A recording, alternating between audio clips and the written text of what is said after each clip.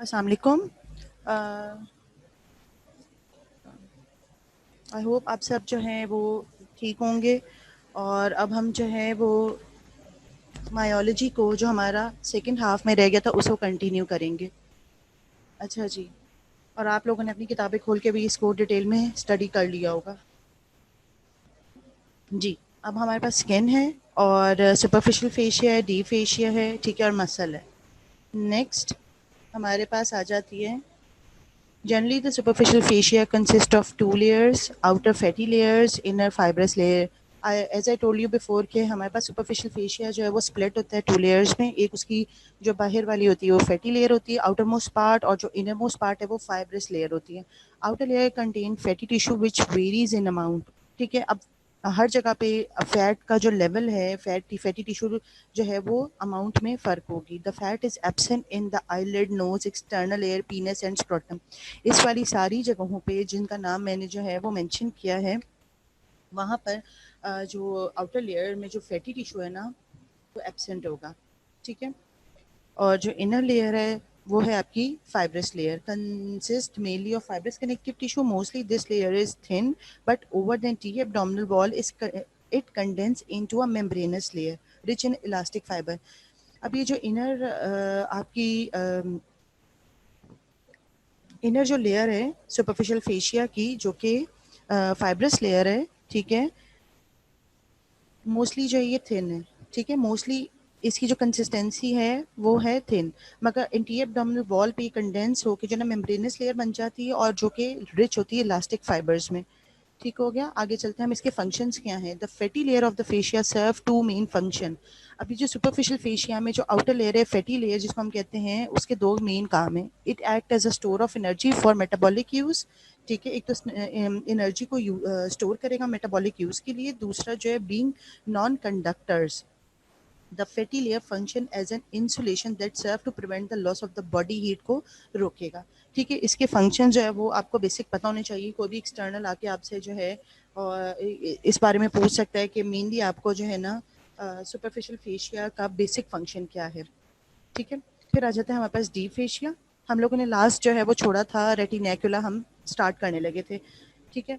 अब इसके deep fascia के फ़ौरन बाद रेटिनेकुलस को जो है ना वो करके और मोस्ट लाइकली कि हम ये चैप्टर ख़त्म कर दें। और जी डीप फेशिया है lies being the superficial fascia. Superficial fascia के फ़ौरन ही नीचे जो है वो डीप फेशिया पड़ा होता है। Tough and in elastic sheet है, टफ होती है, इन इलास्टिक होती है, which is made of several layer of dense fibrous connective tissue से बनी होती है। ठीक है। कंटेन नो फैटी टिश्यू, इसके अंदर कोई फैटी टिश्यू नहीं होता। इन्वेस्ट ऑलमोस्ट इंटायर बॉडी, सारी बॉडी को ये इन्वेस्ट कर लेगा। ठीक है। Ill define in the trunk and face but very well define in the limbs and neck. अब ट्रंक में और फेस में इतना ज़्यादा ये डिफाइन नहीं है, मगर अगर हम इसको कंपेयर करते हैं लिम्स से, अपर लिम हो चाहे लोअर लिम हो और नेक हो, वो जस्ट लाइक ये इसको इनक्लोज करता है जस्ट लाइक स्लीव्स। ठीक है ना, आस्तीन की तरह, जैसे बाजू होते हैं आस्तीन होती है। ठीक है। इसने पूरी की बॉडी जो है ना इंटायर बॉडी को इन्वेस्ट करना होता है। अच्छा जी। अब आप ये जो है आपके सामने एक पिक्चर भी आ रही है जिसमें आपको स्किन नज़र आ रही है, उसके फ़ौरन बाद आपके पास सुपरफिशियल फेशिया आ जाता है। सुपरफिशियल फेशिया की आपको नज़र आ रही है। ठीक है। एक फैटी है, उसके बाद जो है ना अंदर वाली जो है ना फाइब्रस है, उसके बाद आपको डीप फेशिया नज़र आ रहा है। ठीक है। डीप फेशिया भी इन्वेस्ट करता है पूरी इंटायर बॉडी को जस्ट लाइक अ स्लीव। ठीक है। उसके बाद आ जाता है हमारे पास मसल की लेयर है। ठीक है। मसल के साथ साथ ही आपको कहीं कहीं बोन्स का भी पोर्शन नज़र आ रहा है। आगे हम मूव करते हैं। Intramuscular septa. इंट्रामस्कुलर सेप्टा क्या है? In the limbs deep fascia form tight sleeves. अभी कह रहे हैं कि जो आपकी लिम्स है, चाहे वो अपर लिम हो चाहे वो लोअर लिम हो, ठीक है, लिम्स का मतलब अपर लिम लोअर लिम दोनों होते हैं। ठीक है। अभी इंट्रामस्कुलर सेप्टा कैसे बनेगा? इन the limbs deep fascia form tight sleeves. Limbs के अंदर जो डी फेशिया है वो टाइट स्लीव्स की तरह जो है वो बनता है। ठीक है। And from its deep surface, और उसकी जो डीप सरफेस होती है अराइज फाइब्रस शीट। वहीं से डी फेशिया की डीप सरफेस से एक फाइब्रस शीट अराइज करती है विच पेनिट्रेट बिटवीन मसल्स, और वो मसल्स के दरमियान पेनिट्रेट कर जाती है एज इंट्रामस्कुलर सेप्टा के तौर पे। ठीक है। मैं दोबारा से रिपीट करती हूँ। मैंने आपको बताया कि जो डीप फेशिया है वो स्लीव्स की तरह जो है वो इन सर्कल कर लेगा लिम्स को या नेक को। ठीक है, बहुत वेल डिफाइंड होता है आपके लिम्स में, आपके नेक में, मगर जो है वो फेस में और ट्रंक्स में इतना वेल डिफाइंड नहीं होता। मगर इसका मतलब ये नहीं है कि वहाँ ये प्रेजेंट नहीं है। ठीक है, कहने का मतलब ये है कि बड़ा well organised like a sleeves, ठीक है, वो आपको लिम्स में और नेक में मिलेगा as compared to the head and face and trunk या हेड एंड ट्रंक। तो उसमें जो है ना वो इतना वेल डिफाइंड नहीं है। और इसी डीप फेशिया के डीप सरफेस, ठीक है, यहाँ इनर मोस्ट जो पार्ट है वहां से फाइब्रस शीट अराइज करेंगी जो कि मसल के दरमियान में पेनिट्रेट करके बनाएंगी intramuscular septa.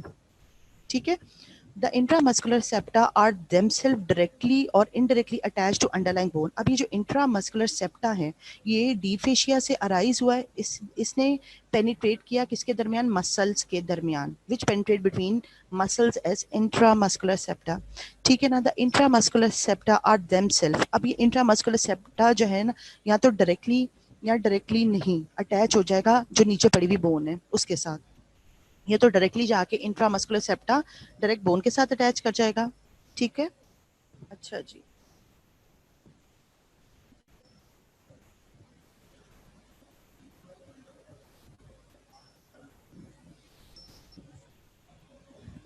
And thus divide the limb segments into a number of osteofascial compartment. इस तरह ये जो है लिम्स को डिवाइड कर देगा।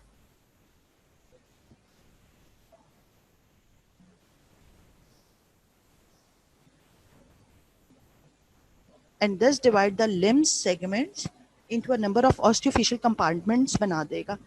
ठीक हो गया। आई होप आपको जो है ना यहाँ तक जो है वो मैंने काफ़ी जो है ना ईजी करके समझाने की कोशिश की है, ताकि सारे बच्चे जो जो है वो नहीं समझ पा रहे होते उनको मैं दोबारा से थोड़ा सा इजी करके बताऊं ताकि हर किसी की अंडरस्टैंडिंग में आ जाए। ठीक है, अभी इस तरह मैंने आपको दोबारा बता देती हूँ कि डीप फेशिया की डीप लेयर से एक फाइबर शीट अराइज होगी जो कि मसल्स के दरमियान में पेनिट्रेट करेगी और इंट्रामस्कुलर सेप्टा बनाएगी। यही इंट्रामस्कुलर सेप्टा या तो डायरेक्टली बोन के साथ अटैच हो जाएगा या वो किसी लिगामेंट या रेटिनेकुलम या किसी भी और स्ट्रक्चर्स के थ्रू बोन के साथ अटैच होगा। वो आगे हम डिस्कस करते हैं। And thus divide the limb segments into a number of, और इस तरह लिम्ब के जो सेगमेंट्स हैं वो डिवाइड हो जाते हैं into a number of osteofascial compartment की सूरत में। ठीक है, पर्पस ऑफ सच कंपार्टमेंट्स का मकसद क्या है, the muscles are separated into functioning group. ये इसलिए ऑस्टियोफेशियल कंपार्टमेंट्स में डिवाइड हुआ है क्योंकि मसल्स के कुछ एक्सटेंसर होते हैं, कुछ एबडक्टर्स होते हैं, कुछ फ्लेक्सर्स होते हैं, उनकी फंक्शनिंग के ग्रुप्स के हवाले से जो है ना इनको सेपरेट किया हुआ है।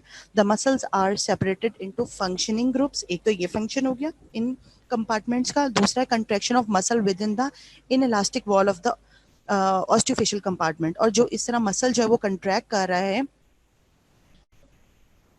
Within the inelastic wall of the osteofascial compartment. ठीक है ना, ऑस्टियोफेशियल कंपार्टमेंट जो है उसके अंदर मसल्स, अभी जो कंपार्टमेंट्स बने उसके अंदर मसल्स है ना, ठीक है, वो कॉन्ट्रैक्ट कर रहे हैं। और आपको मैंने बताया कि जो डीप फेशिया की एक नेचर है वो इन इलास्टिक है। ठीक है, अब इसका फर्दर क्या होगा, ये करेगा प्रेशर डालेगा डीप वेन्स में लिम्स की, put pressure on the deep veins. उसी के साथ साथ ये आपको पता है कि मसल्स के साथ ही वेसल्स हैं, आर्टरीज भी हैं, वेन्स भी हैं। अब चूंकि इसकी इलास्टिसिटी नहीं है डीप फेशिया की, वहीं मसल्स कंट्रैक्ट कर रहे हैं ऑस्टियोफेशियल कंपार्टमेंट में। ठीक है, put pressure on the deep veins के ऊपर जब प्रेशर जाएगा लिम्स के अंदर, and thus aid in return of the venous blood towards the heart. ठीक है, इस तरह जब डीप वेन्स के ऊपर प्रेशर जाएगा तो वो वापस वीनस रिटर्न हो जाएगा टुवर्ड्स हार्ट। ठीक हो गया। फिर आ जाता है जहां से हमने लास्ट छोड़ा था, रेटिनेक्युला। रेटिनेक्युला होता है, रेटिनेक्युलास क्या होते हैं, आपने अपर लिम ऑलमोस्ट सारी ही कर ली थी वेकेशंस में जाने से पहले, और आपको जो है ना रेटिनेक्युलास डीएच में भी दिखाए थे, चाहे वो फ्लेक्सर रेटिनेक्युलम हो चाहे वो एक्सटेंसर रेटिनेक्युलम। ब्रेस्ट बैंड होता है जो कि रिस्ट के ऊपर जो है वो अटैच होता है। इसकी अटैचमेंट प्रॉक्सिमल्स भी हैं और डिस्टल्स भी हैं, डिस्टल एंड प्रॉक्सिमल दोनों अटैचमेंट हैं, और इसके बीनीथ और सुपरफिशियल स्ट्रक्चर्स पास करते हैं। उसकी जो है क्या एडवांटेजेस हैं क्या डिसएडवांटेजेस हैं वो भी आप लोगों ने पढ़ी होंगी ग्रॉस में।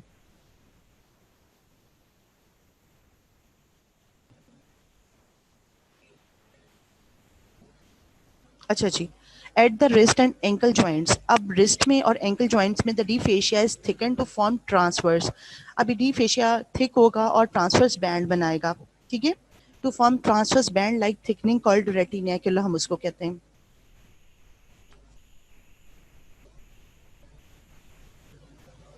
which are attached at both ends to local bony prominence। अब इसका फंक्शन क्या है? Retain long tendons passing under the retinacula in position. एक तो लॉन्ग टेंडन्स को रिटेन करेगा जो इसके beneath जा रहे हैं, prevent these tendon from springing out of place during muscle contraction, के दौरान ये अपनी प्लेस से बाहर ना आ जाए। ठीक है, इसके दो मेन फंक्शन है रेटिनैकुला के, और ये बहुत इंपॉर्टेंट है।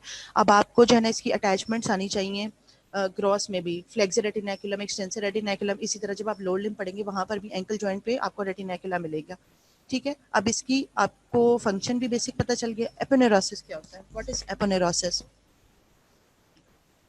whenever the deep fascia pass over a bone, it become fused with the periosteum of that bone। जब भी डी फेशिया पास करेगा बोन पे से, ठीक है, whenever the deep fascia pass over a bone, it become fused with the periosteum of that bone, की periosteum के साथ ये फ्यूज कर जाएगा। कौन?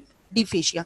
आपको पता है बोन की कवरिंग जो होती है वो पेरियोस्टियम होती है। जब भी डी फेशिया किसी भी बोन के ऊपर से पास ओवर करेगा तो उसी के पेरियोस्टियम के साथ जो है ना वो फ्यूज हो जाएगा। In the limb some muscles are attached to the internal aspect of the deep fascia. Limbs के अंदर कुछ मसल अटैच हो जाते हैं इंटरनल एस्पेक्ट, अंदर जो इनर सरफेस है डी फेशिया के साथ, portion of which then serve as aponeurosis के तौर पे वो काम करेगा to provide indirect bony attachment. और इस तरह ये जो ना ये इनडायरेक्ट बोनी अटैचमेंट है, ठीक है ना, to the two these muscles. ठीक है, अब इसमें कौन कौन से हैं मैं इसको दोबारा से एपोनेरोसिस को आपको बता देती हूँ। When ever the deep fascia, आपको पता है सुपरफिशियल के फौरन नीचे डीप फेशिया है, जब भी वो किसी बोन के ऊपर से पास ओवर करेगा तो वो फ्यूज हो जाएगा उस बोन की पेरियोस्टियम के साथ। Whenever the deep fascia passes over a bone, it become fuse with the periosteal of that bone. ठीक है, in the limb some muscles are attached to the internal aspect of the deep fascia के साथ attached होते हैं। ठीक है, portion of which then they serve as aponeurosis to provide indirect bony attachment to these muscles. ठीक है, अच्छा जी, examples आपको एपोनेरोसिस की मैं बता दूं। इलियोटिबियल ट्रैक होता है जो कि आपके लोअर लिम्ब के lateral side, lateral compartment of the thigh पे होता है। ठीक है, iliotibial tract which is a thicken part of the deep fascia of thigh. ये एक इलियोटिबियल ट्रैक होता है जो कि डीप फेशिया जो जहाँ पर थाई का डीप फेशिया है वो थिकनड होके इलियोटिबियल ट्रैक बनाता है। Serves to transmit the pull of two muscles. ठीक है, और ये ट्रांसमिट करेगा कि टू मसल्स की पुल और to the femur and tibia. दो मसल्स कौन से हैं? Tensor fascia lata and gluteus maximus. ठीक है, अच्छा जी, उसके बाद आपको आ जाता है दूसरी अदर एग्जांपल है in the palm and sole the deep fascias thicken to form the palmar aponeurosis. इसी तरह जो हैंड है उसका आपको पाम पे और जो फुट है उसके सोल में जो डी फेशिया है वो थिक होके बनाएगा पामर एपिनेरोसिस और प्लांटर एपिनेरोसिस रिस्पेक्टिवली। बेसिक आपको यहाँ पर एपोनेरोसिस की मेन कॉन्सेप्ट जो है वो समझ आ जाए कि डी फेशिया जो है जब भी वो किसी बोन के ऊपर से पास ओवर करेगा तो वो फ्यूज हो जाएगा उसी बोन की पेरियोस्टियम के साथ। ठीक है ना, अब इसके एग्जांपल में एक इलियोटिबल ट्रैक है, ठीक है, और उसके अलावा जो है ना आप पाम के अंदर पामर एपिनेरोसिस, डी फेशिया थिकंड होता है, ठीक है, और दूसरा जो है ना सोल में प्लांटर एपिनेरोसिस। ये दूसरी इसकी एग्जांपल है एपिनेरोसिस की। अच्छा जी, एंडोमाइसियम, पेरीमाइसियम और एपीमाइसियम ये सारे के सारे मसल से रिलेटेड है। ठीक है, एंडोमाइसियम क्या होता है? In skeletal muscle every muscle fibre is in शीटेड। Skeletal muscle fibre जो वॉलेंट्री मसल्स होते हैं जो बोन्स के ऊपर अटैच होते हैं, ठीक है, every muscle fibre is ensheathed by a delicate layer of connective tissue. Skeletal muscle का जो फाइबर है वो इन शीट होगा, एक डेलिकेट लेयर है कनेक्टिव टिश्यूज की, उसको हम कहते हैं एंडोमाइसियम। ठीक है, ये आपको डेफिनेशन प्रॉपर याद होनी चाहिए। पेरीमाइसियम क्या होता है? The muscle fibres are arrange parallel to each other in a bundle called fasciculi. अब मसल फाइबर, एक तो हर मसल फाइबर के ऊपर एक डेलिकेट शीट होगी जिसको हम कहते हैं एंडोमाइसियम। अब ये muscle fibres are arrange parallel to each other, साथ साथ पड़े हुए एक दूसरे के बंडल की सूरत में, उसको फेसिकुलाई कहते हैं। Each fasciculus is surrounded by relatively, ठीक है, अब एक जो फेसिकल बनेगा ना उसके सराउंड में कौन उसको कवर कर रहा है, कौन सा कनेक्टिव टिश्यू है, उसको हम कहते हैं पेरीमाइसियम। ठीक है, अब फिर एपीमाइसियम क्या है? What is epimysium? The entire muscle is wrapped with a substantial quantity of fibrous tissue. अब पूरा का पूरा जो मसल है बल्क में, ठीक है, उसके इर्द गिर्द एक फाइब्रस टिश्यू जिसको हम कहते हैं एपीमाइसियम। अब इसकी डेफिनेशन आप जो है वो अपने कॉन्सेप्ट्स को क्लियर कर लें, ठीक है, और इसको प्रॉपर डेफिनेशन की सूरत में याद कर लें, क्योंकि एक्सटर्नल जो है वो उनको ये बेसिक जो है ना वो क्वेश्चन पूछने ज़रूरी होते हैं, ताकि वो आपका कंसेप्ट को देखना चाह रहे होते हैं कि आपको पता हो कि एंडोमाइसियम क्या है, पेरीमाइसियम क्या है, एपीमाइसियम क्या है, ठीक है। इस तरह स्केलेटल मसल और कार्डिक मसल और स्मूथ मसल में बेसिक डिफरेंस क्या है, ठीक है ना। फिर सार्कोलेमा क्या है, सार्कोप्लाज्म क्या है, ये आपको पता होना चाहिए, ठीक है। उसके अलावा आपको बैंड्स का पता होना चाहिए। अब मैं एंडोमाइसियम, पेरीमाइसियम और एपीमाइसियम को दोबारा से रिपीट करूंगी कि जो स्केलेटल मसल हैं, इन skeletal muscle, every muscle fiber is in-sheeted by a delicate layer of connective tissue. अब जो skeletal muscle का जो फाइबर है, ठीक है, एवरी मसल फाइबर का मतलब है हर मसल का जो फाइबर है उसके बाहर एक डेलिकेट लेयर है कनेक्टिव टिश्यू की, उसी को हम एंडोमाइसियम कह रहे हैं, ठीक है। फिर पेरीमाइसियम क्या है? The muscle fibres. अब ये जो मसल फाइबर है उसके बाहर तो एंडोमाइसियम है, इस तरह बहुत सारे मसल फाइबर हैं, वो एक पैरेलल उसकी अरेंजमेंट है एक दूसरे के साथ, are arranged parallel to each other in bundle called fascicula. अभी जो fascicula है ना, इसके बाहर जो कवरिंग है डेंस कनेक्टिव टिश्यू की, उसको हम पेरीमाइसियम कहते हैं। उसके बाद आ जाए हमारे पास है एपीमाइसियम। अब पूरा का पूरा जो इंटायर बल्क है मसल का, वो एक फाइब्रस कनेक्टिव टिश्यू जो है उससे वो जो है रैप हुआ हुआ है, उसको हम एपीमाइसियम कहेंगे, ठीक है। ये सारे के सारे connective tissue component of muscles थे। अच्छा जी, अब आप ये देख लें, ये पिक्चर में भी आपको एंडोमाइसियम, पेरीमाइसियम नजर आ रहा है, ठीक है। एपीमाइसियम, पेरीमाइसियम और एंडोमाइसियम, ठीक है, आपको सब नजर आ रहा है यहाँ पर पिक्चर में। मसल फेसिकुलस भी आपको नजर आ रहा है, ठीक है, सार्कोलेमा भी नजर आ रहा है, मसल फाइबर भी नजर आया है। अच्छा जी, आगे मूव करते हैं। The connective tissue compartment of the muscle fuse together and extend beyond the muscle cell as cord like structure called tendon, ठीक है। अब टेंडन क्या होता है? The connective tissue compartment of the muscle. अब the connective tissue compartment of the muscle fuse together. अब जितना भी मसल का जो कनेक्टिव टिश्यू कंपार्टमेंट है वो फ्यूज हो जाएगा, ठीक है, and extend beyond the muscle cell, से आगे एक्सटेंड करेगा और कॉर्ड की सूरत में करेगा, कॉर्ड लाइक स्ट्रक्चर बनाएगा, उसी को हम टेंडन कहते हैं, which serves to attach the muscle to a structure. अब ये मसल को ये जो टेंडन है वो मसल को अटैच करेगा किसी स्ट्रक्चर के साथ, और वो स्ट्रक्चर कौन सा होगा? यूजुअली वो बोनी होती है। आप लोगों ने डीएच में भी मसल देखा है, उसके अलावा आपने साथ साथ टेंडन्स देखे हैं और आपने उसकी अटैचमेंट बोन के ऊपर देखी है, ठीक है, located some distance away from the muscle tissue. और हमेशा टेंडन जो है वो मसल टिश्यू से उसका थोड़ा सा डिस्टेंस अवे लेकर, ठीक है, वो डायरेक्टली मसल अटैच नहीं हो रहा। टेंडन की मसल का जो बल्क है वो उसके बाद वो टेंडन की साथ अटैचमेंट देके फिर अल्टीमेटली वो अटैच हो जाएगा बोन के साथ। मैं दोबारा से रिपीट करती हूँ, the connective tissue component of the muscle. अब जो कनेक्टिव टिश्यू कंपोनेंट है मसल्स का, ठीक है, वो सारे आपस में फ्यूज हो जाएंगे, फ्यूज टुगेदर। जितना भी कनेक्टिव टिश्यू कंपोनेंट है, अभी आपने इससे पहले वाली जो मैंने आपको, ये connective tissue component of muscle है, जिसमें एंडोमाइसियम, पेरीमाइसियम और एपीमाइसियम, सही है ना, इसी की बात कर रहे हैं। अब जो कनेक्टिव टिश्यू कंपोनेंट है ना मसल का, वो सारा का सारा फ्यूज हो जाएगा टुगेदर, ठीक है, and extend beyond the muscle cell, और मसल के सेल की विसिनिटी से थोड़ा सा एक्सटेंड करेगा आगे, और किस सूरत में करेगा? कॉर्ड के स्ट्रक्चर की सूरत में, ठीक है, as a cord like structure called tendon, इसी को हम टेंडन कहते हैं, ठीक है, which serves to attach the muscles to a bone. अब यूजुअली जो ना ये मसल को कौन से स्ट्रक्चर के साथ अटैच करेगा? यूजुअली वो बोन ही होती है, ठीक है, located some distance away from the muscle tissue, से उसका डिस्टेंस अवे होता है, ठीक है। अच्छा, आई होप आप मैंने आपको क्लियर कर दिया हो। If the tendon of a muscle is subjected to friction, a lubricating device is always interposed which may be synovial bursa or a synovial sheet. अगर टेंडन मसल का जो टेंडन है किसी भी सूरत में इसको फ्रिक्शन को रोकना है तो वहां पर साइनोवियल बर्साज होते हैं, साइनोवियल शीट्स होती हैं जो कि लुब्रिकेशन प्रोवाइड करती हैं ताकि फ्रिक्शन ना पैदा हो। These devices diminish friction and allow free movement. ये जो डिवाइसेस हैं, कौन सी डिवाइसेस? कोई गैस जो है ये बर्साज हैं, साइनोवियल शीट हैं जो लुब्रिकेशन के लिए साइनोवियल फ्लूइड पैदा करते हैं, ठीक है। जब ये किसी सूरत में फ्रिक्शन पैदा होगी, ठीक है, तो उसी टाइम जो है ना वो एक्टिव हो जाएंगे, वो सिक्रीशंस स्टार्ट कर देंगे और उस तरह फ्रिक्शन जो है वो रुक जाएगी और फ्री मूवमेंट स्टार्ट हो जाएंगी। ठीक है, साइनोवियल बर्सा क्या होता है? Synovial bursa is a close sac of synovial membrane. Synovial bursa जो है ना, ठीक है, एक क्लोज सैक होता है साइनोवियल मेम्ब्रेन का। जैसे हम लोगों ने साइनोवियल मेम्ब्रेन को ऑस्टियोलॉजी में डिटेल से डिस्कस किया था, ठीक है, इस तरह अब आपको साइनोवियल बर्सा के बारे में बताती चलूं कि एक क्लोज सैक है, ठीक है, और क्लोज सैक किसका बना हुआ है? साइनोवियल मेम्ब्रेन का बना हुआ है।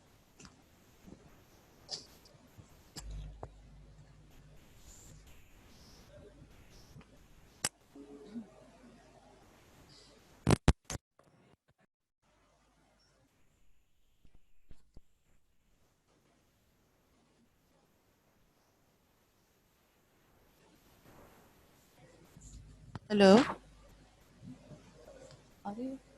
हेलो, अच्छा।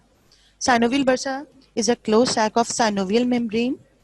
The delicate wall of the flat sac are separated from each other merely by thin of film of synovial fluid. ठीक है, साइनोवियल बर्सा एक क्लोज सैक है, साइनोवियल मेम्ब्रेन से बना हुआ है। ठीक है, क्लोज सा एक सैक है साइनोवियल मेम्ब्रेन।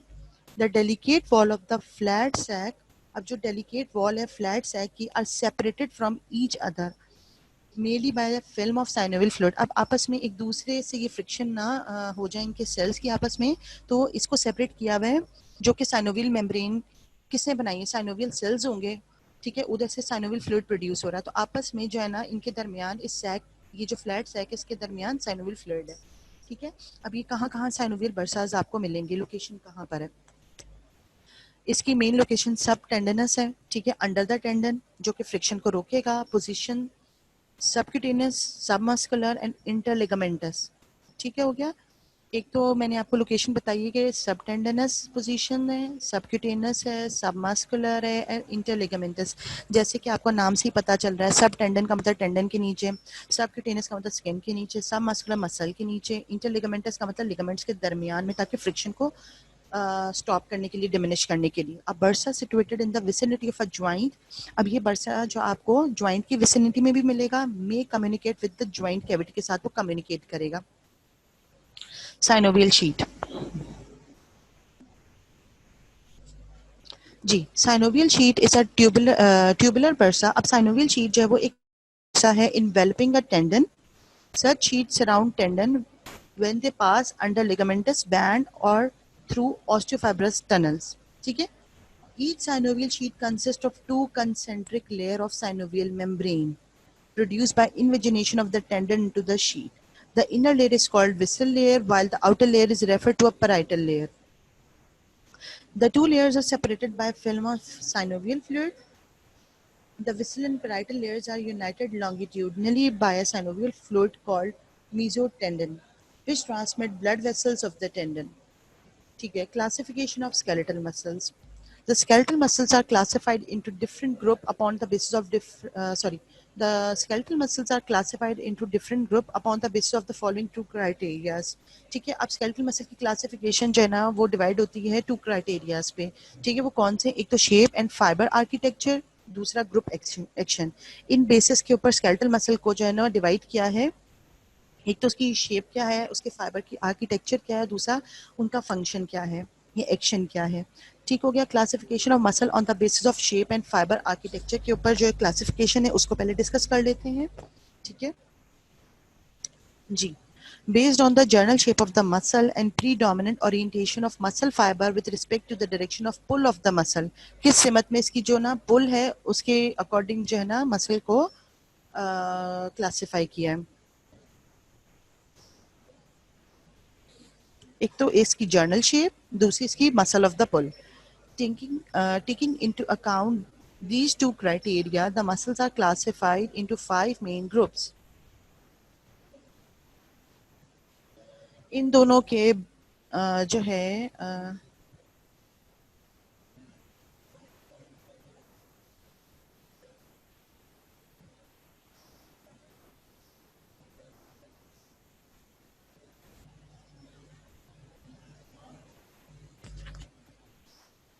अच्छा जी, क्लासिफिकेशन जो हम लोगों ने स्केलेटल मसल की क्लासिफिकेशन की है वो दो बेसिस पे की है, एक तो शेप ऑफ द आर्किटेक्चर पे और दूसरा उसके एक्शंस के ऊपर।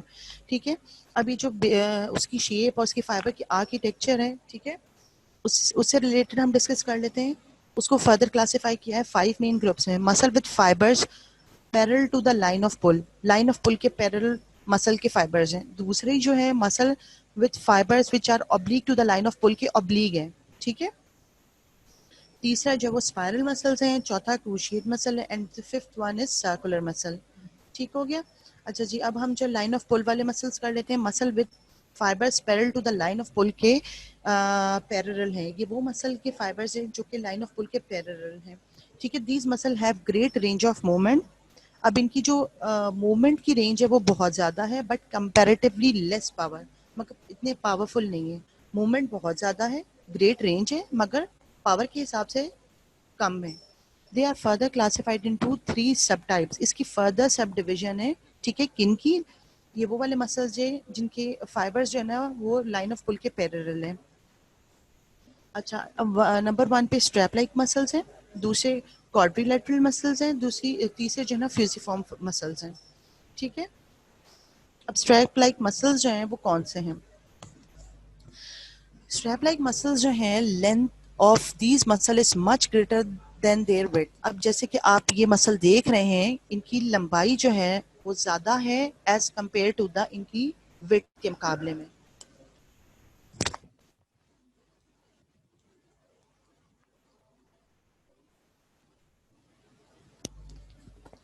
इसकी एग्जाम्पल है सार्टोरियस मसल ऑफ थाई, ठीक है, जिसको टेलर मसल भी कहते हैं, और दूसरा infrahyoid muscle of the neck, sternohyoid and sternothyroid muscle. मैं इसको दोबारा रिपीट करती हूँ। ठीक है, muscle with fibres parallel to the line of pull में these muscle have great range of movement but comparatively less powered.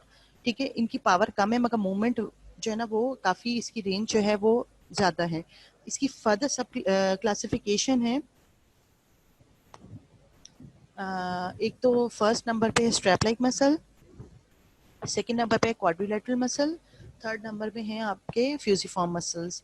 अब हमारे पास जो फर्स्ट नंबर पे स्ट्रैप लाइक मसल्स हैं, उसकी जो लेंथ है वो उसकी विड्थ से ज़्यादा है। Length of these muscle is much greater than their width, जो कि आपको नज़र भी आ रहा है। ठीक है, the muscle fibre run from entire length of the muscle. अब इसके मसल फाइबर जो है ना वो entire length of the muscle में रन कर रहे हैं। ठीक है, अच्छा जी, उसके बाद इसमें एग्जांपल है सार्टोरियस मसल ऑफ थाई, जो कि आप लोअर लिम्ब में पढ़ेंगे। ठीक है, और इसको हम टेलर मसल भी कहते हैं। दूसरी एग्जांपल है इंफ्राहाइड मसल ऑफ नेक, जो कि इसकी एग्जांपल है स्टर्नोहायोइड एंड स्टर्नोथायराइड, जो कि आप सेकेंड ईयर में पढ़ेंगे। ठीक है, नाम याद कर लें। अगर कोई देखना चाहता है तो वो एटलस में देख ले खोल के, स्टर्नोहायोइड स्टर्नोथायराइड। ठीक है ना, फिर आ जाता है हमारे पास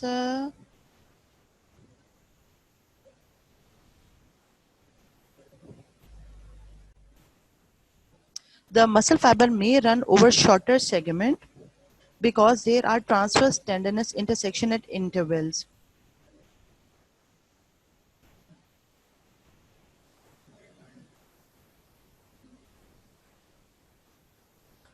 ठीक है, ये आप देख लें। The muscle fibre may run over shorter segment. अब ये मसल जो है ना वो शॉर्टर सेगमेंट पे रन कर रहे हैं। ठीक है, उसके अलावा the muscle fibre may run over shorter segments because there are transverse tendinous intersection. हर इंटरवल पे ट्रांसवर्स जो है ना वो आपको इंटरवल नजर आ रहे हैं टेंडन्स के। ठीक है, और ये मसल जो है वो शॉर्टर सेगमेंट पे रन कर रहे हैं। इसमें एग्जांपल आ जाती है रेक्टस एब्डोमिनस मसल की ऑफ एंटीरियर एब्डोमिनल वॉल। ठीक है, ये भी लाइन ऑफ पुल के पैरेलल मसल्स हैं। अच्छा जी, अब सेकंड आ जाते हैं क्वाड्रिलेटरल मसल्स। क्वाड्रिलेटरल मसल्स क्या होते हैं? In these parallel fibred muscle of muscles the length is short.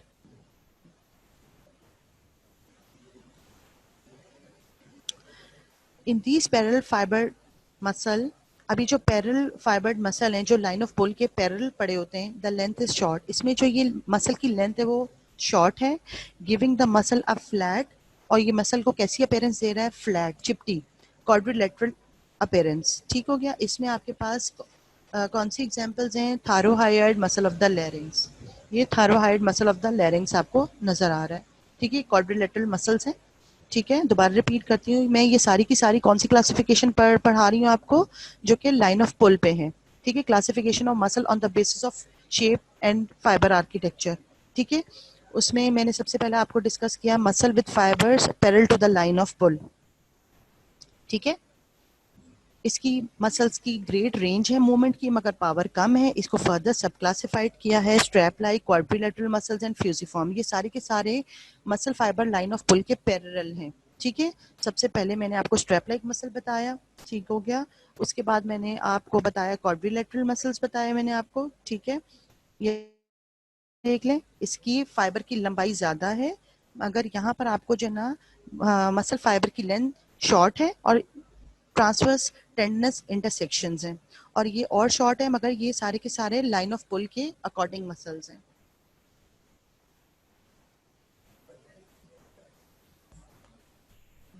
अच्छा जी, उसके बाद आ जाते हैं हमारे पास fusiform muscle. Fibres are arrange nearly parallel to each other in the belly region, but coverage towards the proximal and distal attachment, so that the muscle tapers at both end and hence appear fusiform, ठीक है। अब ये वाला जो है, ये भी line of pull के अकॉर्डिंग ही इसके फाइबर रन कर रहे हैं, मगर इसके प्रॉक्सिमल और डिस्टल एंड पे ये जो है वो आपको टेपरिंग एंड्स दे रहा है, ठीक है। और सेंटर में ये एक बेली की तरह है, इसको आपने ऑब्लिक मसल नहीं कहना, ठीक है ना। ये इसकी शेप जो है ना, ये फ्यूसी फॉर्म है, ठीक है। मैं दोबारा से रिपीट करती हूँ, fibres are arrange nearly parallel to each other. इसके फाइबर्स जो है ना पैरेलल हैं, एक दूसरे के साथ अरेंज हुए हुए, ठीक है, इन द बेली रीजन। और बेली रीजन की सूरत में आपको नजर आ रहे हैं बल्क में, सेंटर में, but coverage towards the proximal and distal end. और इसकी प्रॉक्सिमल और डिस्टल एंड्स की अटैचमेंट पे ये टेपर हो गए हैं, ठीक है। और इसी तरह ये फ्यूसी फॉर्म अपेयरेंस दे रहे हैं। अब इसकी एग्जांपल क्या है, जो कि आपने अपर लिम्ब के interior compartment of the arm में देखा था, ठीक है जी। आगे मूव करते हैं हम लोग। Muscle with fibres oblique to the line of pull. अब सेकंड जो हमने उसकी आर्किटेक्चर के अकॉर्डिंग शेप और जो फाइबर का आर्किटेक्चर था, उसकी first classification muscle with fibre parallel to the line of pull पढ़ ली है, ठीक है। उसकी फर्दर 3 डिवीजन थी। अब सेकंड में पढ़ाने लगी हूँ आपको muscle with fibre oblique to the line of pull, ठीक है। These muscle have greater power but relatively lesser range of movement. अब ये बिल्कुल इसके ऑपोजिट है, जो कि हमने इससे पहले वाला मसल पढ़ा है, उसमें उसकी जो है क्या था, उसमें जो थी रेंज ज्यादा थी मगर पावर कम थी, और ये उसके बिल्कुल ऑपोजिट है। इसमें जो है वो पावर ज्यादा है मगर रेंज कम है, ठीक है। These muscle have greater power but relatively lesser range of movement. ये भी फर्दर क्लासिफाइड हो रहा है 3 ग्रुप्स में, triangular, pennate and radial muscle. जी, ट्राइंगुलर मसल जो है has a broad origin from which the muscle fiber coverage to a narrow restricted insertion। अब ये आप देख रहे हैं triangular muscle has a broad origin. अब ट्राइंगुलर मसल की बहुत ब्रॉड सी ओरिजिन है, जहां से ये अराइज कर रहा है, ठीक है। From which the muscle fibre converge. अब यहाँ पर जो मसल फाइबर है वो कन्वर्ज करेंगे to a narrow restricted insertion पे, ठीक है। ये कौन सा मसल है, जो कि आप लोगों ने अपर लिम्ब में पढ़ चुके हैं, डेल्टॉइड। अब आप देख रहे हैं क्लेविकल से ये निकल रहा है, ठीक है। स्पेसिफिक जगह भी आपको पता है कि कौन सी थी, ओरिजिन कहाँ से, उसकी इंसर्शन कहाँ है, डेल्टॉइड टिब्रोसिटी पे है, ठीक है ना। डेल्टॉइड टिब्रोसिटी भी आपको पता है कि ह्यूमरस के पोस्टीरियर सरफेस पे आपको डेल्टॉइड टिब्रोसिटी मिलती है या लेटरल साइड पे मिलती है, अगर आपको कुछ याद आ रहा हो या भूल चुके हैं। अच्छा जी, अब इसकी ओरिजिन जो है वो काफी ब्रॉडर है डेल्टॉइड की या ट्राइंगुलर मसल की, और जो इसकी इंसर्शन है वो टेपर हो गई है या नैरो है, ठीक है। इसमें एग्जांपल आपकी एक तो आप लोगों ने जो मसल पढ़ लिया उसका तो नाम आपको याद हो ही गया होगा, डेल्टॉइड है, दूसरा अडक्टर लॉन्गस है, ठीक है। तीसरा जो है वो टेम्पोरेलिस है। टेम्पोरेलिस आपको हेड एंड नेक में दिखाएंगे हम लोग, और आप मजीद उसकी डिटेल वहीं पढ़ेंगे। अच्छा जी, फिर आ जाता है हमारे पास यूनिपिनेट है, बायोपिनेट है, मल्टीपिनेट है। यूनिपिनेट में आपके पास आ जाता है एक्सटेंसिव और मल्टीपिनेट में डेल्टॉइड है, ठीक है। Pennate muscles are so name because their tendon and muscles fibre resemble a large feather. इसका पिनेट बेसिकली पिनेट मसल्स को नाम क्यों पिनेट दिया गया है, बिकॉज ये टेंडन एंड मसल, उसका जो टेंडन है, ठीक है, और जो मसल फाइबर्स हैं वो बिल्कुल ऐसे जैसे कि एक फेदर की तरह जो है ना रिजेंबल करता है, पर की तरह। ठीक है, मैंने आपको ट्रायंगुलर मसल्स भी बता दिए, दूसरे मैंने आपको पिनेट मसल्स भी बता दिए। ठीक है, दोबारा से देख ले, पिनेट मसल्स का नाम इसलिए है क्योंकि उनके टेंडन की और मसल के फाइबर्स की जो अरेंजमेंट है वो जस्ट लाइक अ फेदर है। ठीक है, उसमें अब आपके पास पिनेट मसल में एक यूनिपिनेट है, उसकी एग्जांपल आपको कहाँ मिलेगी, कौन से एरिया में, एक्सटेंसर डिजिटोरम मसल है, उस उधर से आप देख सकते हैं। ठीक है, बायपिनेट में रेक्टस फेमरस का जो मसल है, ठीक हो गया, और मल्टीपिनेट डेल्टोइड का हो गया। Unipennate muscle, muscle fibre are attached to only one side. अब जो मसल की जो फाइबर है साइड पे टेंडन के, मिसाल के तौर पे peroneus tertius, flexor pollicis longus, extensor digitorum longus muscle. अब ये पिछली स्लाइड में देखें, इसके मसल फाइबर सिर्फ एक टेंडन के साथ अटैच्ड है, नजर आ रहा है आपको। ठीक है, मसल फाइबर अटैच है, uni muscle fibre are attached only one side of the tendon, tendon की सिर्फ एक साइड पे अटैच्ड है। ठीक है, फिर आ जाता है bipennate muscle, muscle fibre are attached on both side of a centrally located tendon, जो सेंटर में टेंडन है उसको दोनों साइड पे मसल के जो फाइबर्स हैं वो अटैच्ड हैं, इसलिए हम उसको बाइपिनेट मसल्स कह रहे हैं। ठीक है, इसकी एग्जांपल में rectus femoris muscle of thigh है, और dorsal interossei of hand and foot. Dorsal interossei muscle आपने उसकी फिगर देखी होगी, ठीक है ना, जो आपने हैंड में जब आपने डॉर्सल इंट्रोशिया पढ़े थे, तो आप मेमोराइज कर लें उसको दोबारा से। अच्छा जी, मल्टीपिनेट मसल्स हैं, muscles contain a series of intermuscular tendinous septa. ठीक है, अब आप ये देख रहे हैं मल्टीपिनेट मसल्स, इसकी एग्जांपल डेल्टॉइड है और सब स्कैपुलरिस है। इंटरमस्कुलर टेंडनस सेप्टा के साथ साथ आप सीरीज देखें मसल कैसे अटैच हुए हैं। ठीक हो गया, अब फिर रेडियल मसल्स।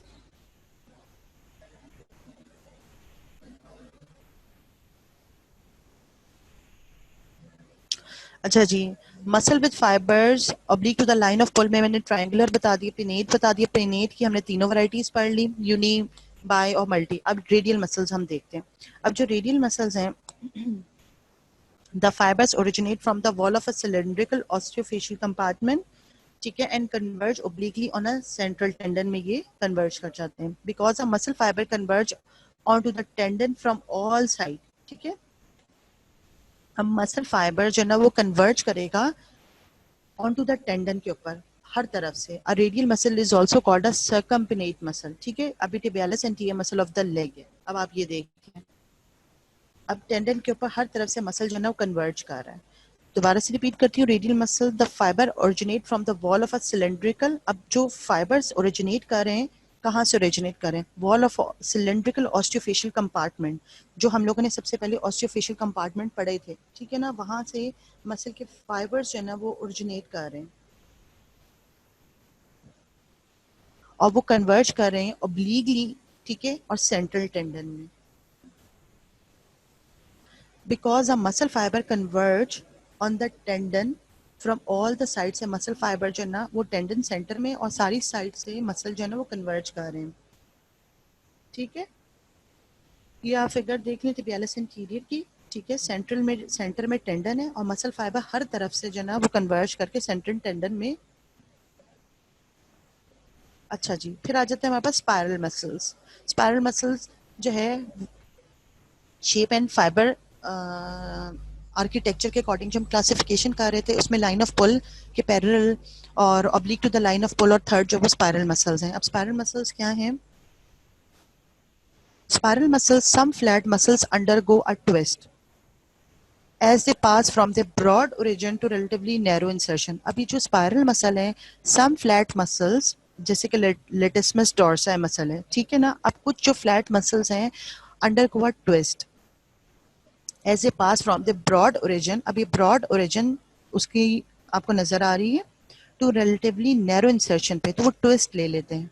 ठीक है, स्पाइरल मसल्स क्या है, दोबारा रिपीट कर रही हूँ कि ब्रॉडर ओरिजिन से वो जब वो नैरो इंसर्शन लेते हैं ना तो एक ट्विस्ट में जाते हैं। मिसाल के तौर पे लेटिसमस डोर्सा मसल है, the sternocostal part of the pectoralis major muscle भी है, ये दूसरी एग्जांपल है। और आपको यहाँ पर पिक्चर भी नजर आ रही है, ठीक है। डिस्मिस डॉर्साई की ब्रॉडर ओरेशन है और नैरो इंसर्शन है, ठीक है। और ये सम व्हाट की एक ट्विस्ट पोजीशन ली हुई है इसने। अच्छा जी, दूसरा हम देखते हैं in some spiral muscle the muscle belly spiral around a long bone. कुछ स्पाइरल मसल जो हैं कि जो मसल बेली है वो स्पाइरल हो जाते हैं, ठीक है, ट्विस्ट कर जाते हैं अराउंड अ लॉन्ग बोन। ये आपको नजर आ रही है। साथ साथ मैंने आपको पिक्चर्स भी इसीलिए इसकी डिस्क्रिप्शन के साथ लगाई है ताकि आपको साथ साथ शो हो जाए डिस्क्रिप्शन के साथ पिक्चर भी, ठीक है। कुछ स्पाइरल मसल जो हैं उनमें मसल बेली स्पाइरल ट्विस्ट कर लेती है लॉन्ग बोन के अराउंड, जिसमें एग्जांपल सुपिनेटर मसल है which spiral obliquely around the shaft of the radius, ठीक है। यहाँ पर आपको सुपिनेटर मसल आ रहा है नजर, जो कि ऑब्लिकली जो है ना शाफ्ट ऑफ द रेडियस पे ट्विस्ट किया हुआ है। आगे मूव करते हैं, फिर आ जाते हैं हमारे पास क्रूशिएट मसल, ठीक है। क्रूशिएट मसल जो है consist of two planes of fibre. अब यहाँ पर टू प्लेन ऑफ फाइबर आपको मिलते हैं अरेंज इन डिफरेंट डायरेक्शन, और वो अरेंज होता है मुख्तलिफ डायरेक्शंस में, so that the fibre of two planes cross each over को वो क्रॉस कर लें। फॉर एग्जाम्पल मैसेटर, ये आपको मैसेटर है, ठीक है, नजर आ रहा है। Fibre of two plane consist of two planes of fibre, ठीक है। और वो डायरेक्शन भी उनकी डिफरेंट होती है, और इस तरह फाइबर जो है ना वो टू प्लेन के क्रॉस कर जाते हैं एक दूसरे के ऊपर, ठीक है, ईच अदर। इसकी एग्जांपल मैसेटर है। अच्छा जी, अब लास्ट जो है वो हमारे पास है circular muscle. Fibres are arrange in the circular pattern and enclose a body orifices. अब कुछ फाइबर अरेंज करते हैं अपने आप को सर्कुलर पैटर्न पे, और and enclose a body orifice को क्लोज कर देते हैं। Such muscles are called circular muscles और sphincteral muscles, ठीक है। इसमें एग्जांपल है orbicularis oculi muscle which encircle the orbital fissure opening of the eyes पे अगर आप देखें, ठीक है, तो उसमें आपको नजर आता है orbicularis oculi जिसने इंसर्कल किया होता है ऑर्बिटल फिशर को, ठीक है, आइस की ओपनिंग पे। दूसरा जो है हमारे पास एग्जांपल आ जाती है सर्कुलर मसल में orbicularis oris muscle that surround the oral fissure। आपके माउथ के सराउंड्स में जो आपको नजर आते हैं, ये आप देख लें ऑर्बिकुलरिस ऑरिस मसल जो कि लिप्स के अराउंड है, ठीक है। दूसरे आपको नजर आ रहे हैं ऑर्बिकुलरिस ऑक्यूलाई मसल जो कि आइस के अराउंड है, जिसने आइस को इंसर्कल किया हुआ है।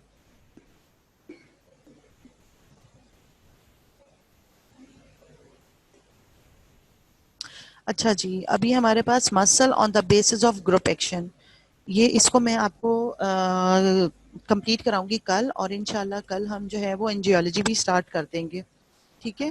बेटा अगर इससे रिलेटेड अगर आपको कोई कॉन्सेप्ट क्लियर ना हुआ हो तो आज आप अपनी बुक्स खोलें, उसको जो है मसल को स्टार्ट से पढ़ना शुरू करें, ठीक है। आई होप जितना हम लोग इसको मैं आपको क्लियर कर सकती थी, मैंने अपने एंड पे जाके कोशिश की कि आपको जो है ना उर्दू में भी साथ साथ बताती जाऊं, इंग्लिश में तो लिखा हुआ है, ठीक है। उर्दू में बताने का ये मकसद है कि कोई बच्चे को कोई पॉइंट नहीं समझ आ रहा तो वो इजीली समझ जाए, ठीक है। और वरना अगर आपको फिर भी कोई प्रॉब्लम हो रही है तो आप जस्ट मुझे व्हाट्सएप मैसेज कर दें, तो उसमें जो है वो उस पॉइंट को हम दोबारा से क्लियर कर लेंगे।